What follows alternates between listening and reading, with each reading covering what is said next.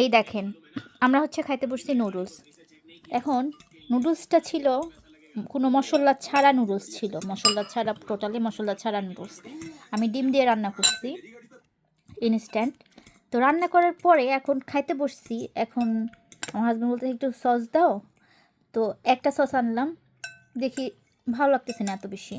তারপর আমি আরেকটা আনলাম, ঠিক আছে, তারপর আমি আরেকটা আনলাম, তারপর আমি আরেকটা আনলাম, ঠিক আছে। বাসায় আমার যতগুলা সস আছে, এই যে আরেকটা ঝাল সস, ঠিক আছে, আমার বাসায় কতগুলা সস আছে যে আমি এখন নুডলস খাইতে বসছি, এই এতগুলা সস দিয়ে নুডলস খাইতে বসছি। তারপর আমি একটু ঝাল লাগার জন্য এটা ছিললাম, এখন এটা দিয়েও খাইলাম, বুঝছেন? তাহলে বুঝেন